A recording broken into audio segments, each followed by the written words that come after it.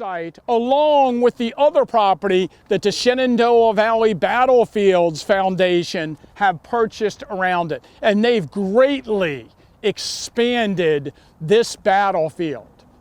But in their haste to expand and improve it, they have taken down some of my wayside exhibits. So I miss some of the writing I did on some of the wayside exhibits, but I have it in my book in case I feel like reading from my own words. So this one though, for whatever reason, I think this is probably the one they should take down because it incorrectly shows you the path and the site. They haven't taken this one down yet. Oh, they'll leave that one up. Yeah. Okay, we're ready to move on. Before we move, Kip, hey guys, if anybody is feeling they can't walk that full distance, On the battle. And then you could start to dissect it and pull the units apart and see where they're from. And then there are a couple maps of the battlefield, but not many. Don't worry, I'm not saying anything important yet. I started it anyway because I thought you were saying something. Okay. But that's okay. That's all right. Okay. I just, don't worry. We always wait for people to gather. Yep. Did you find any like individual soldiers who drew little maps in their letters of where their regiments were? I can't remember any for this. That happens a lot. Yeah.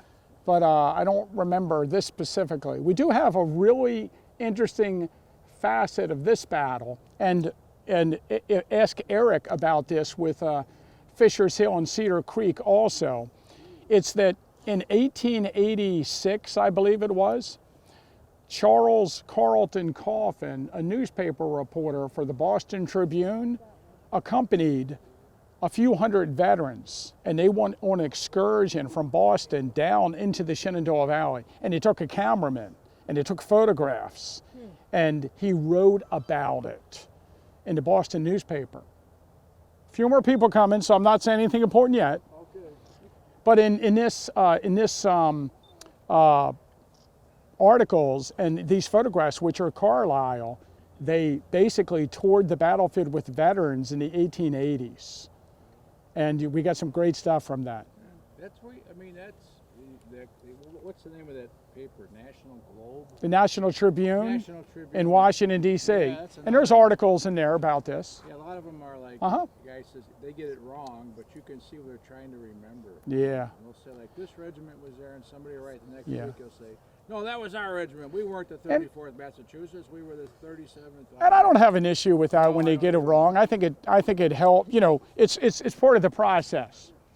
So, we're in the middle of the battlefield, and I'm going to give you an overview of the battle from here. And you do have a map of the battlefield that you may look at.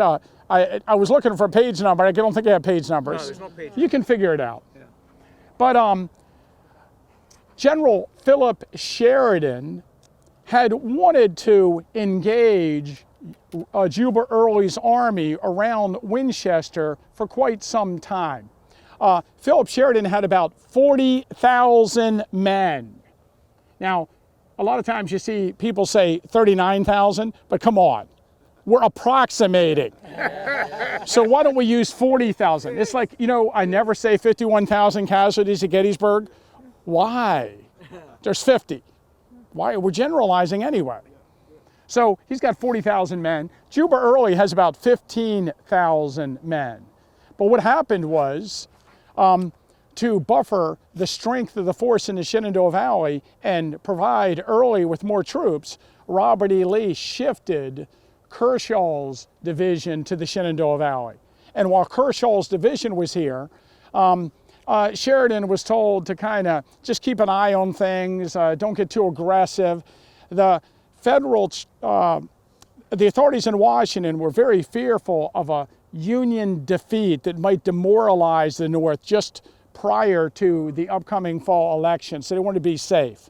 But upon the capture of Atlanta, and then Philip Sheridan learned that Kershaw's men had moved out of the valley, apparently on their way back to Petersburg, and all of a sudden, Juba Early's force was lessened. At the same time, Juba Early was moving troops north of here to threaten the B&O Railroad, west of Harper's Ferry.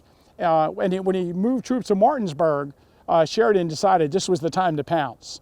So the plan changed a few times prior to the actual attack. But the plan was for, on September 19th, Sheridan's force to leave Berryville and march across the Berryville Road, which is now Route 7, to Winchester and destroy whatever force of Juba Early was here and, block and disperse Juba Early's divisions. Juba Early, for the month before the battle, had come to believe that the Union forces were not very aggressive and that he was dealing with just another commander that was too cautious, and he took some liberties maybe he shouldn't have taken. Like just before the battle, he had left one division of his force near Winchester under the command of Stephen Ramseur, Confederate commander. Juba Early has 4 divisions, Stephen Ramseur, and 3 divisions were north of here. 2 of them, he had marched all the way to Martinsburg, a pretty good distance up the road. But when he was in Martinsburg, the day before the battle, Juba Early learned that Ulysses S. Grant was sighted in Charlestown talking to Philip Sheridan. And he thought, you know what? That probably doesn't bode well if they're having some kind of meeting. Grant had visited Sheridan to see if Sheridan was going to get going. And Sheridan had told Grant what he had learned about the Confederate forces and that he was pressing towards Winchester in a couple days. So Early decided to return his force to Winchester.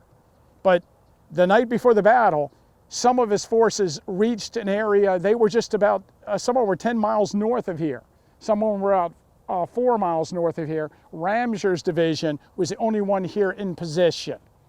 And so in the early morning hours of September 19th, there was an opportunity for Philip Sheridan to move into Winchester, push Ramseur's division out of the way, and capture the town and scatter Early's divisions and make it, cut off his route of retreat back down the valley. But what happened was he sent all these troops over one road, and after you cross the Opequon Creek, did you guys see that on the map? Have you heard of that? It looks like, in English, Opequon. But for whatever reason, around here, they call it Opequon. So sometimes you hear this called the Battle of Opequon. But it really does say Opequon. I want you to know that. But you can't tell locals how to pronounce something, So once they crossed Opequon Creek, there is a canyon. And we're going to ride around after the walking tour and ride up through the end of the canyon. But it is a narrow defile, and the cavalry came through the canyon first early in the morning. They hit the advance of Ramseur's division. They deployed. It took some time to drive Ramseur's men back, and then the 6th Army Corps came through the canyon. But General Wright had allowed his wagon trains of ammunition baggage to come behind the 6th Army Corps. The 19th Army Corps, which came next, got trapped in a big traffic jam. The wagons stopped in the canyon because the infantry hadn't been into position yet. And then the wagons were sent back down through the canyon after Sheridan had come up. And meanwhile, there's hours of delay with the traffic jam. And to make the long story short, it took until about 11 a.m. for the Northern troops to get into position here on the eastern side of the battlefield to oppose Ramseur's division. And that costly delay in that canyon that morning allowed General John B. Gordon's division to arrive on the field. And shortly after that, Robert Rhodes' division would arrive on the field. Meanwhile, John Breckinridge's 4th Confederate Division would be north of the town, fighting against some Union cavalry that had crossed some fords on the Opequon north of us and were swinging out to the Valley Pike and down towards Winchester. At first, It was just then Ramseur's division and Gordon's division of the Confederate Army here in the fields east of Winchester. And as support for the flank, Stephen Lee's cavalry brigade sent troops up to this hill. And there were actually reports of 2 brigades of Confederate cavalry, and there was a battery of artillery under the command of Major James Breathitt. And he was to supply support for the Confederates' left flank in this initial assault, whatever it may be. Now, the Union 19th Army Corps, and specifically Cuvier Grover's division, the 19th Army Corps was commanded by William Emery. I might have trouble with this because we're not talking about Gettysburg and I don't know these guys as well as I do. I might mix up some of their first names. Never happens at Gettysburg. I know all the middle names. But the 19th Army Corps formed in those woods on the other side of a creek in front of us, Red Bud Run, and would make one of the initial attacks and the bloodiest attack of the entire day against Gordon's division, which was positioned on the other side of Red Bud Run, but off to our right left. Right left? That doesn't make any sense. Right on the other side of the creek, off to our right. How about that? Right front. Okay, so during this attack, it would have made sense for the 19th Army Corps, which is a sizable amount of troops, to have sent some men. Let's suggest a regiment, maybe 300 of their 10,000 man force, onto the other side of the creek to make sure that something is not outflanking them. But that didn't happen. There was some discussion about how there was a unit, I believe it was the 9th Connecticut, was supposed to have moved to this side of the creek and made sure their flank was covered, but they didn't do that. And so at 11:40 a.m. in the initial assault, the 19th Army Corps crossed a field on the other side of the stream. Can you see through the trees? There's a field out there. And I would say a lot of those trees were not there at the time, or they were low trees along the run. Obviously, the Shenandoah Battlefield Foundation feels that the trees are there because they say that in their text, and they say that the cannons are firing by the sound of battle, whatever that means. It is obscured by woods. Yes. So I think they're differing in my interpretation. But according to the accounts, they can see the guns firing into them. So what happens is there are 6 rifled artillery pieces here, and the Southerners cannot believe their eyes. A division of Union infantry is charging across the fields a few hundred yards away on the other side of the creek. The cavalrymen go down to the creek, along the banks of the creek, and fire across into the flank of the Union soldiers, and the artillery just opens up on them with round of shell and then canister at long distance. And we have a few really good accounts of it, and one of them is by a guy named Thomas Munford, a cavalryman, and he writes, Lee meaning Fitzlee, turned his artillery guns upon the body of the enemy. The handling of our 6 guns of horse artillery was simply magnificent. Strange enough, the enemy's guns did not respond to these.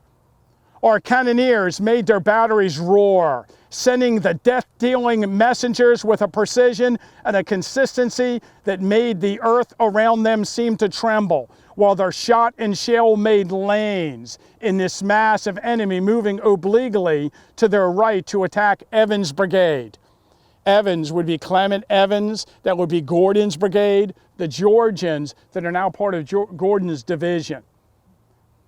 As the attack was repulsed and they came back over the same ground over which they had marched in great disorder, having been badly broken up, our battery, if possible, excelled itself by a more murderous fire than I have ever witnessed. It was plunged into this heterogeneous mass as they rushed back. We could see the tracks of shot and shell as they would scatter the men, but the lanes closed up for another to follow. The field was strewn with their dead and wounded before they got back from whence they started. And our plan is to be around and over in that area here in a few minutes. And that brigade that they're firing into is Henry Burge's brigade.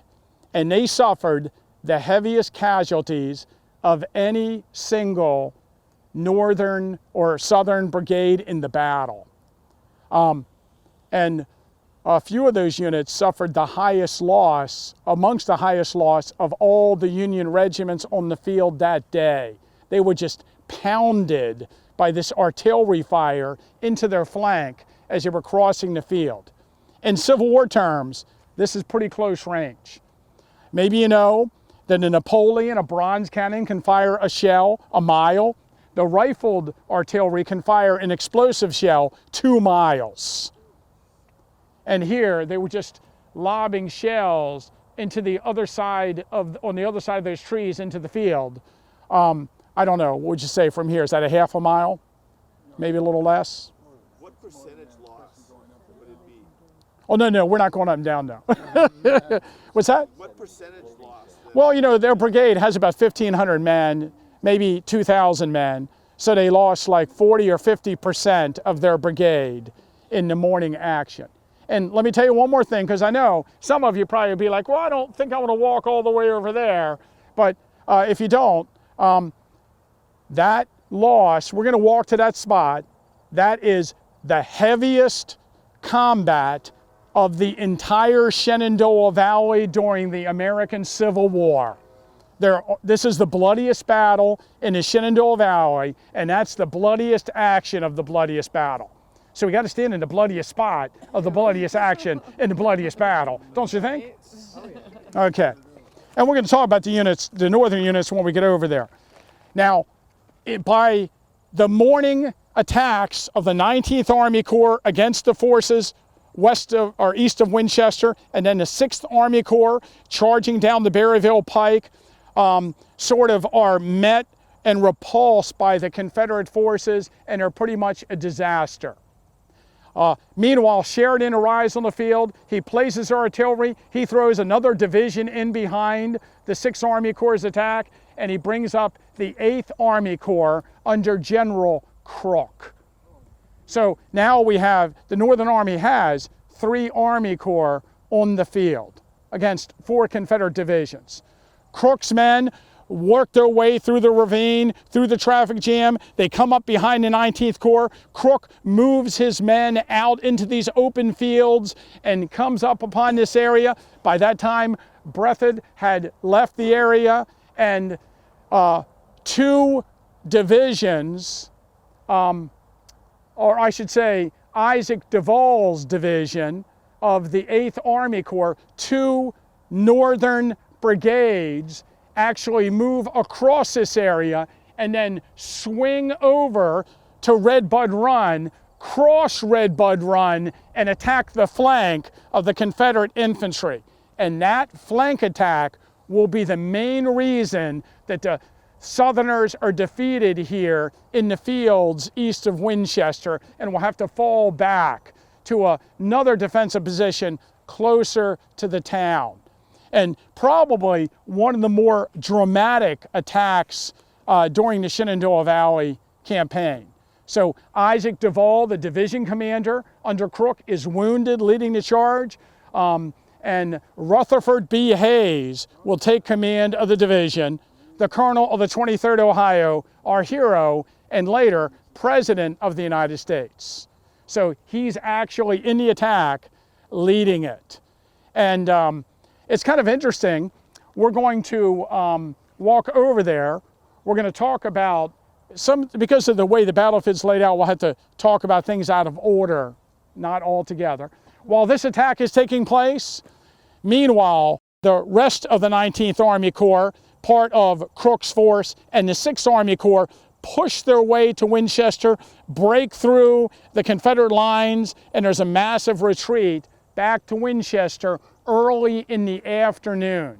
The Southerners make a final stand near the town, and they're driven back again, and the Jubert Early's forces are driven out of the town of Winchester, and the Northern Army is victorious on September 19th.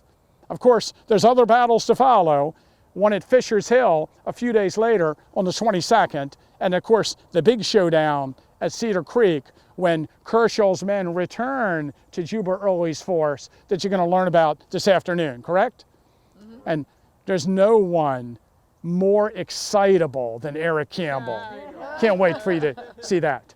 So I wanted to tell you just an overview of the battle. Now my plan for the walk is I want to walk over, I want to talk about the attack of Crook's forces, largely Ohioans and West Virginians, against the Confederate positions of John B. Gordon's division and a couple other troops over there we'll talk about. And then I want to go across Red Bud Run over onto the other side so you can get a look at this field where the heavy, bloody fighting occurred in the morning action. But again, I don't want to make anybody walk too far, so when we get back, if you'd like to go back to the bus, my plan is not to be too long. How about that? Hopefully we'll get back to the bus by, it's 9:50. We'll get back to the bus theoretically by 10:50, okay? Okay? So let's, it's not like I do these tours all the time at 3rd Winchester, not like Gettysburg where I do everything every day. If anybody has a question about what unit we're talking about and who their commander is at Gettysburg, I can probably translate. I like doing that. I'm totally lost. Uh-huh. But these were Federal up here? What's that? These are Southerners. That's what I thought. So these Now in the morning action, this area is occupied by the Southerners, and they're firing across the creek into the Northern Army. But in the afternoon action of the same area, the Northerners have swung into this area, and they will defeat the Southern forces and drive them through the town of Winchester. So who's down there when they're shooting and it's a bloody mess?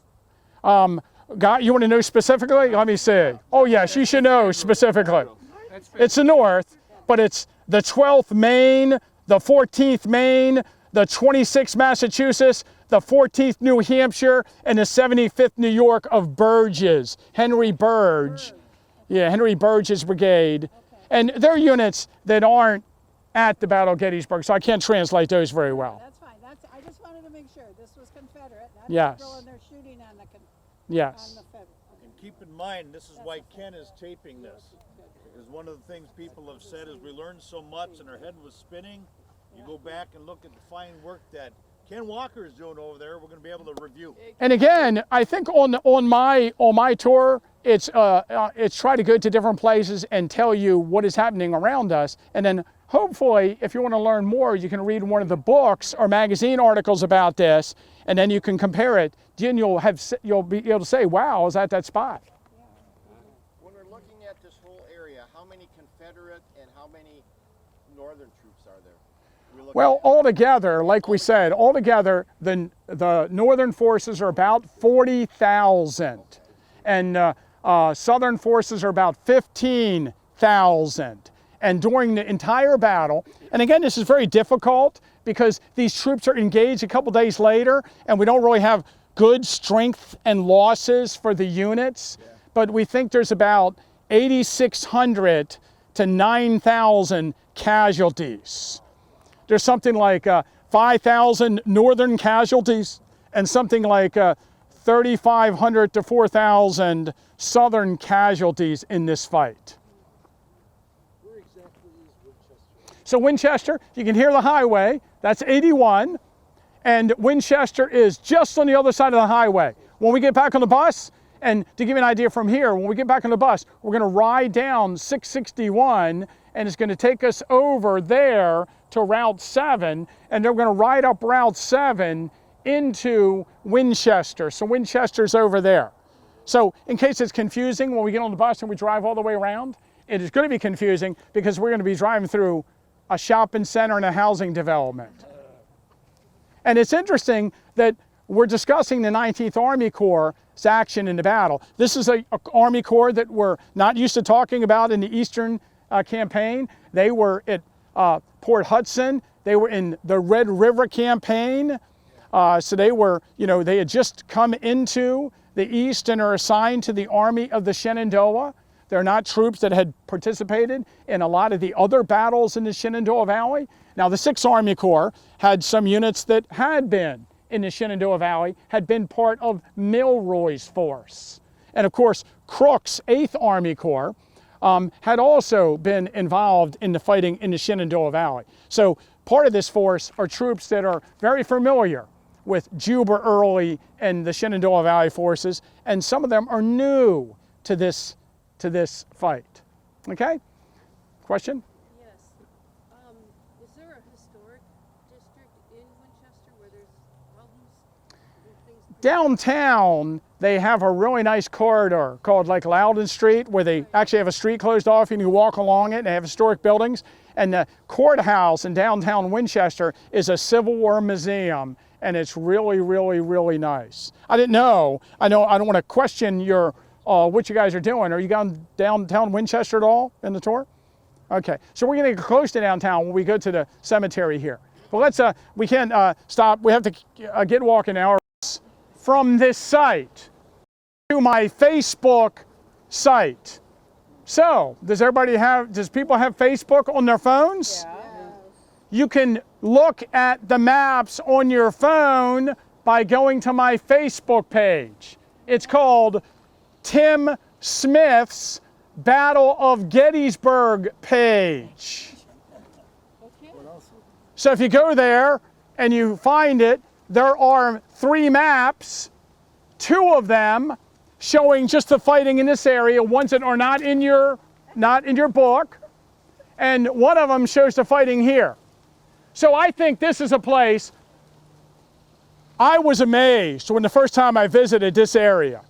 So you read accounts of the battle. You sit in your living room, and I read accounts where the 19th Army Corps, after the initial defeat, are driven back to the woods and are trying to hold their own against the Confederates, shelling them and trying to pick them off at great distances. Every time, there's charging back and forth across the field, there's units, involved in this action, and they're waiting for George Crook, who's pictured here, to get his forces over the creek and get into position to launch the assault. And then they're going to move forward. How long can it take? How come it's taken so long for him to get in position?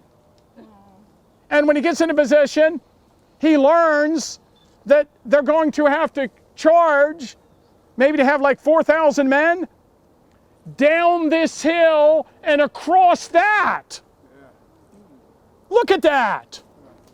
Rutherford B. Hayes said in his official report, the creek was easily crossed in some places, but in others was a deep, miry pool from 20 to 30 yards wide and almost impassable. The creek was not visible from any part of our line when we were moving, and no one probably knew about it until its banks were reached. Can you imagine? All of a sudden they come up over into the edge of this woodlot and they got to cross this, and the Southerners are up there on the other side, and Braxton's artillery battalion over there catches sight of them and starts lobbing explosive artillery shells as they're crossing. And there's some great accounts of this. And this occurred in the afternoon action, I think we say on this plaque, about 3 o'clock in the afternoon, when the division is moving across this area. According to a guy in the 34th Ohio, here fell badly wounded our gallant division commander, General Isaac Duvall.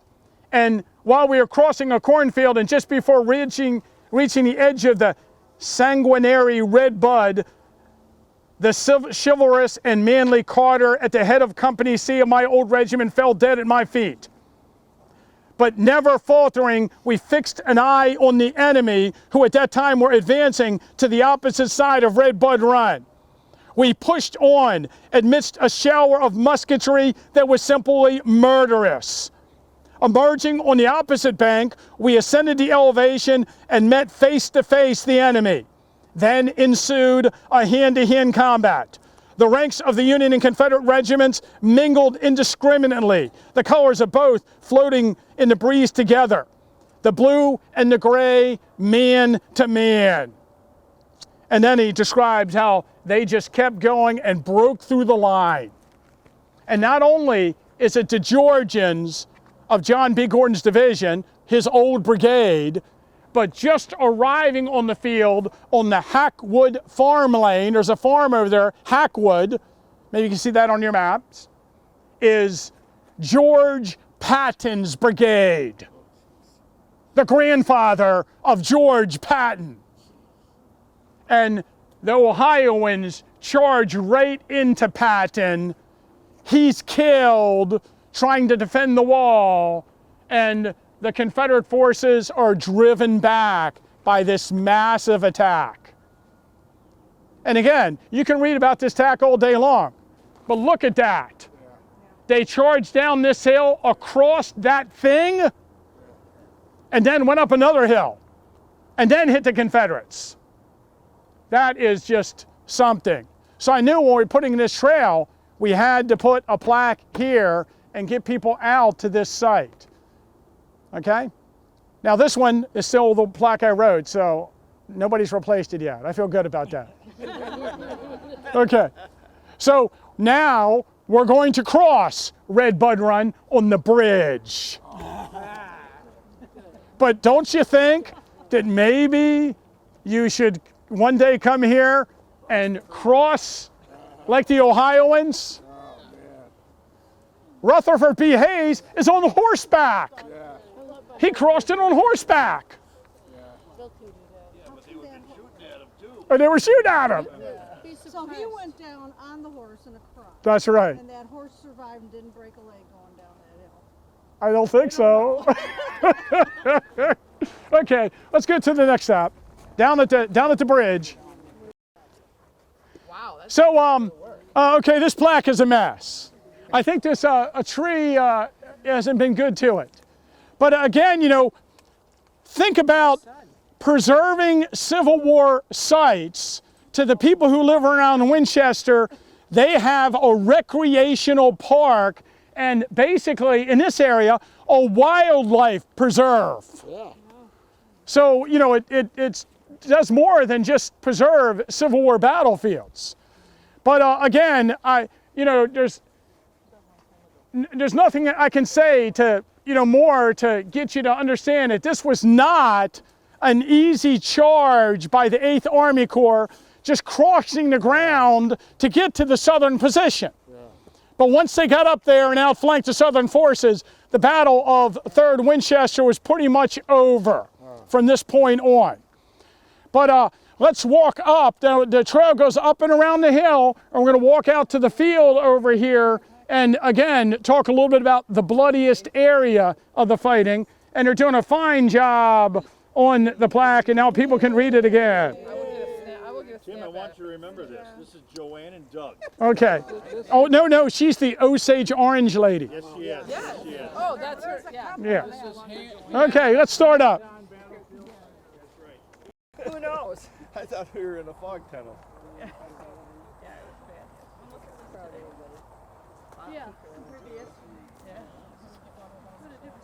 that old house. Yeah. That's not going to clean up the waters. No, it's not. This one's not.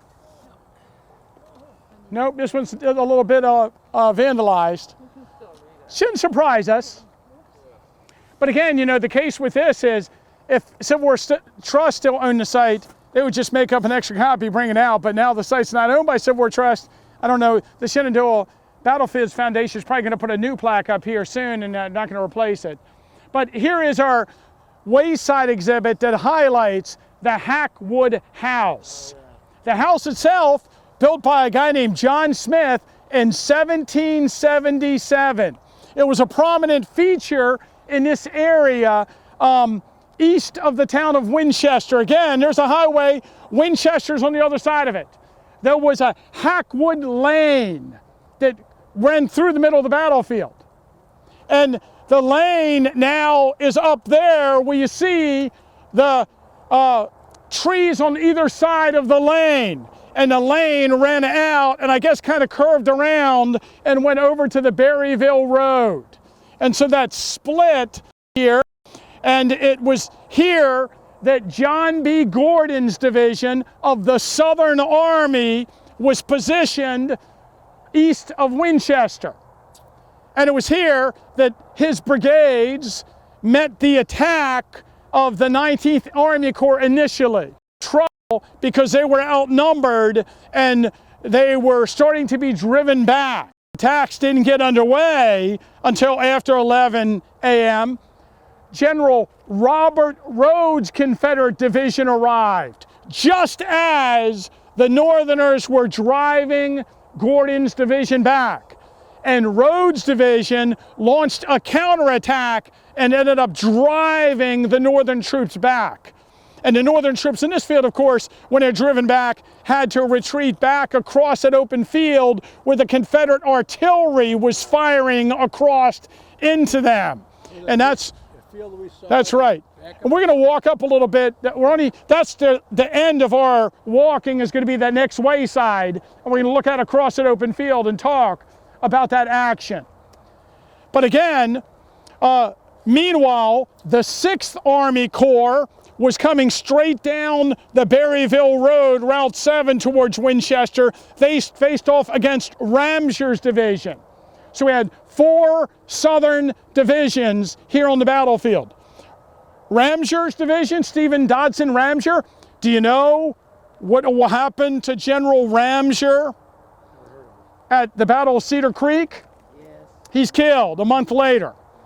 Robert Rhodes, who's a division commander here, was a division commander at Gettysburg on Oak Hill, is killed in this action in the countercharge. And of course, Gordon, John B. Gordon, will survive, but he's part of this force here. And then there's a 4th Confederate division, Breckinridge, John Breckinridge, the former vice presidential candidate, you know, with, was that Stephen Douglas? Boy, you know, my mind is swirling there. Lincoln, Douglas, Breckinridge, No, and no. Bell. Okay, I'm sorry. He's the presidential candidate, not the vice presidential candidate. Bell. That's right, that's right, that's right. Isn't he a former vice president? Am I losing it? Yes. Okay, that's why. Under Buchanan. That's why I said that, okay. So he's actually in the fields north of Winchester, and he's going to face off against 6,000 Northern cavalrymen that cross the fords of the Opequon north of here and are swinging down into Winchester at the same time. Eventually, all these Northern forces will outnumber and overwhelm the Southern Army and cause a retreat back through Winchester. And again, let's walk up one more short walk and then we're going to walk back to the bus. That'll be fun, won't it? It's all downhill. It's all downhill.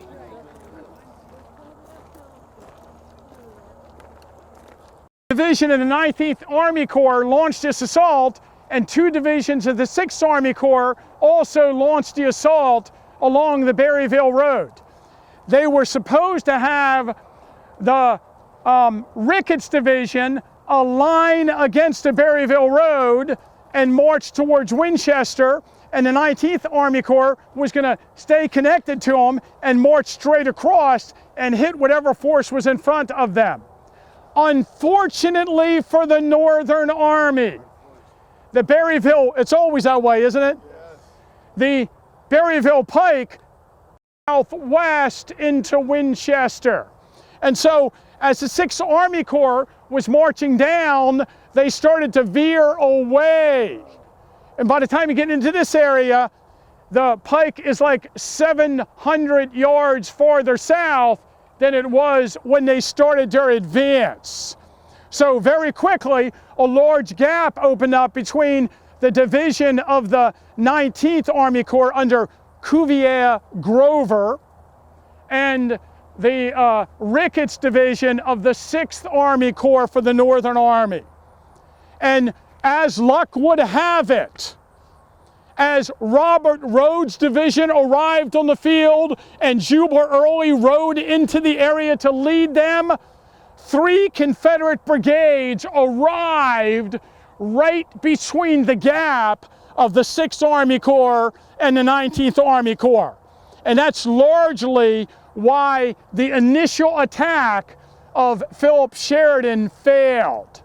Not to mention the fact that Grover's division crossed this area. The woods there in front of us were much farther back. Historians refer to this as the middle field because that's what it's referred to in the official reports of the Union participants. They call that area back, way back there. See the woods? The first woods. That's where the woods are. Those trees are not there. There is the second woods. There's not many trees here now. And this is the middle field when you're reading about it.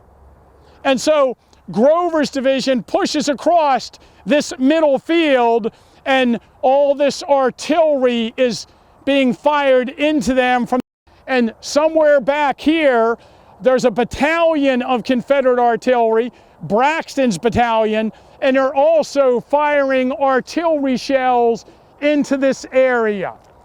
The 14th New Hampshire and the 26th Massachusetts of Burge's brigade are decimated. Henry Burge, I mentioned. He's from Maine, I believe. The 14th New Hampshire lose 138 men, and the 26th Massachusetts lose 139 men in the morning action, about half of their respective strengths of the two forces. And that is the 2nd and the 3rd Regiment with the highest loss in the Battle of Winchester for the Northern Army. We don't have a good grasp on the individual losses of the Confederate regiments here.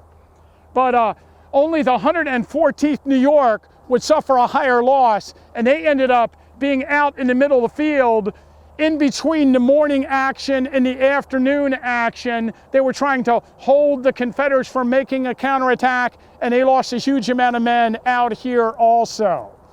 But I would say this spot between back up to its Civil War appearance, but again, tearing down a bunch of trees is always, fraught with some issues and problems.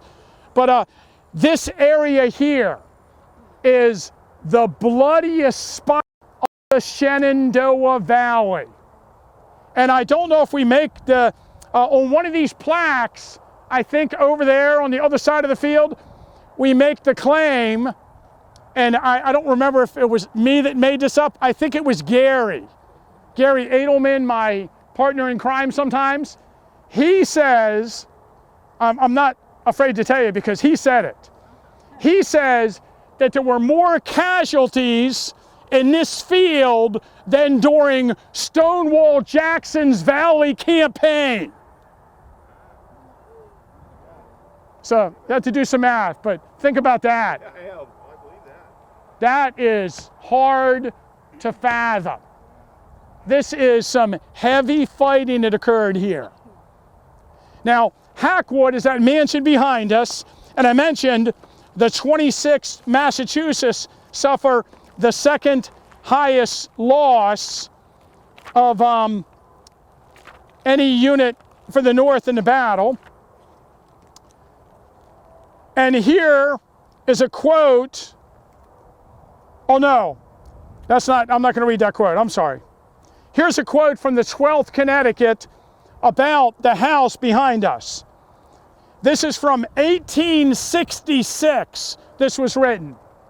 So 2 years after this battle.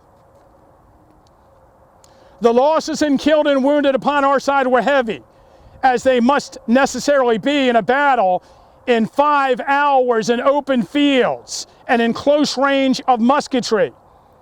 But if any doubts existed in our minds as to the effect of our fire upon the rebel divisions in our front, they were dispelled by the appearance of the fields as we passed over them towards Winchester. The edge of the woods where Grover had struggled with Early's left was lined with the slain of both sides. Both the rebel dead lay thickly in the fields beyond and were piled up against each other in the yard of a large stone mansion which was directly in front of Emory's position. A ghastly row of gray-clad corpses lay along a wall behind which some rebel brigade have evidently found shelter, and the fields and the hillsides as far as Winchester were dotted with the fallen. So from this point on, all the Northern troops here eventually will march across these open fields into the town of Winchester. The Southerners try to put up one final defense at the edge of the town, and that's actually, their line is near what is now the National and the Stonewall Cemetery. So let's walk back to the bus. I know it's a long walk. I brought you a long way. And then we're going to ride around to Route 7 up the Berryville Pike, and we're going to visit the cemeteries.